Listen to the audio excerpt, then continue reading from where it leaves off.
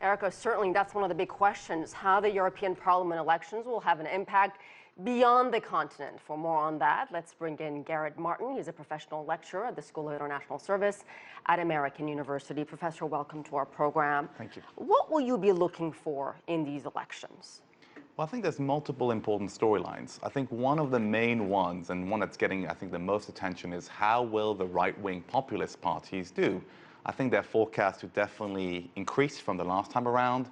They may get about a quarter of the seats in the parliament and maybe even more. So I think that's the first major storyline. The second one will be about turnout. Historically, these are elections that have not received great popular attention. Why is that? Well, I think there's several reasons. One is that the European Parliament can be a complex institution to understand. And secondly, I think political coverage is still really done along national lines. So, media focuses on national politics as opposed to European politics. Do you think most voters understand what's at stake? I mean, why should somebody outside Europe care what's going on in these elections? I think it does matter. I think, first of all, it's the second largest election behind India in terms of sort of sheer size. Secondly, I think the European Parliament has slowly gone from being a talking shop to actually a very important institution. It plays a big role in legislations. It might play a big role if there's a Brexit deal in giving it support. And it plays a role in selecting the future members of the European Commission. So let's talk about Brexit, the whole fiasco in Britain. How is that going to play into all this? And what will it mean for Theresa May, for Prime Minister May, who's under enormous pressure to step down? Well, I'm going to disentangle the effect at the European level. Okay. I think many parties Eurosceptic parties have been somewhat chastened by the experience and the fiasco, as you mentioned, of Brexit.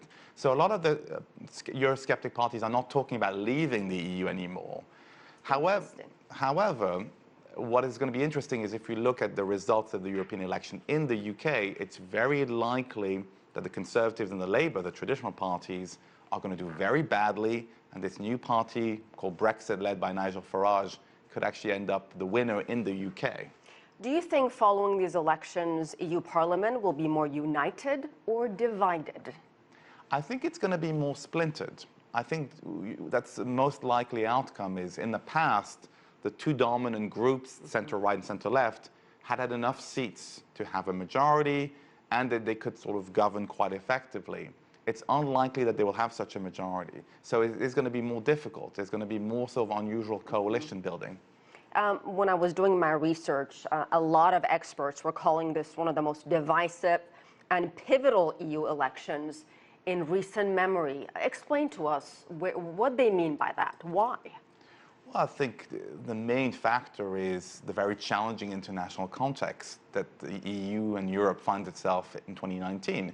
If you compare to 5 years ago, the last time you had the European Parliament election, okay, you had the beginnings of Russia's actions in Crimea, but you didn't have Donald Trump as president, challenging the fabric of the transatlantic partnership. You didn't have Brexit. You didn't have all of the issues of the migration crisis. So I think it's a very challenging environment. And I think secondly also, there are no major countries in Europe having elections this year, so this is an important test.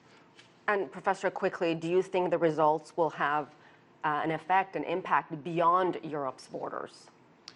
I think it will, because, you think about it in this respect, for instance, the EU plays a key role in any trade agreement. Right. If you have a very Eurosceptic, anti-free trade representation in the Parliament, any likelihood of making a major transatlantic trade agreement with the United States would be even more difficult than it already is. I know you'll be watching this. Thank you so much, Professor Garret Martin. We appreciate it. My pleasure. Thank you.